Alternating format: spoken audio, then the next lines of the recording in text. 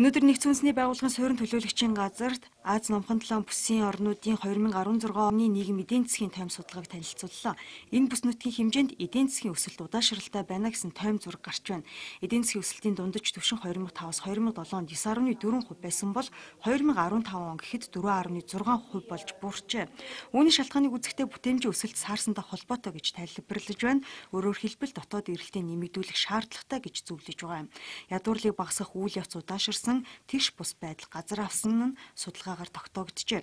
Эдгээр хүчин зүйлүүд нь дотоодын эрэлт хумигдаж бүтээмж багасгах гол шалтгаан тул үүний эсрэг хариу арга хэмжээ авах хэрэгтэй гэсэн зөвлөмж гаргажээ. Ялангуяа аж үйлдвэрлэгдсэн орнуудад байдал сайнгүй байгаа нь нийт эрэлт буурсантай холбоотой гэж байна. За тиймээс дотоодын эрэлтэд тулгуурласан эдийн засгийн бодлого, тогтвортой хөгжлийн загварыг баримтлах, бодит орлогыг нэмэгдүүлэх, бүтээмжийг нэмэгдүүлэх шаардлагатай байна гэж үзжээ. Инфляцийн дундаж түвшин Аз номхон талаан бүсийн орнуудад 2% байгаа юм. Харин энэ бүс нутгийн хэмжээнд Оросын холбооны улс Монгол хамгийн өндөр инфляцтай буюу Монгол улсад 6-аас 6.5% байна. Европтой зөөрлөвөл Грекийн хямралтад хүж очиод байна гэж эдийн засагч хаш чулуу энэ үеэр тавьсан илтгэлд онцлсан юм. Өрийн хэмжээнд хуулийн засан хязгаараасаа давж өрийн тааза цоолох түвшинд хүрчгээд байгаа ч Монгол улсын засгийн газар Грек шиг олон улсын санхүүгийн байгууллагуудтай хилэлцээр хийж хямралыг даван туулах арга хэмжээг авахгүй байна гэж шүүмжилсэн юм. Эдийн засгийн өсөлтийг нэгдсэн үндэсний байгууллагаас 1.5% гэж төсөөлсөн ч манайх 2% байхаар зургалсан. Хэрвээ томоохон төслүүдэд урагшлуулж улс төрийн зоригтой шийдвэр гаргавал 2017 оноос эдийн засаг бага зэрэг сайжирна гэж үзэж байна.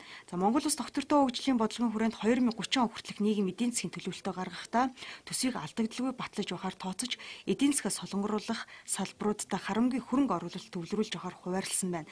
Ялангуяа хөдөө аж ахуйн салбарыг нэн тэргуунд авч үзжээ.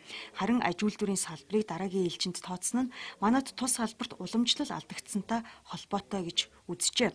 Цаашлаад инновацийн төсөл боловсрал, байгаль орчин зэрэг бүтээмж бий болгох салбаруудад хөрөнгө хаяхаар эренбэлжээ. Юуны өмнө Монголд тулгараад байгаа гол асуудал болох өрийг 2024 он гэхэд барагдуулж дууссан байх хэрэгтэй ба өндөр хүүг баг хүүтэй зээл рүү swap хэлцээрээр хөнгөлөх хэрэгтэй байна гэж үзлээ.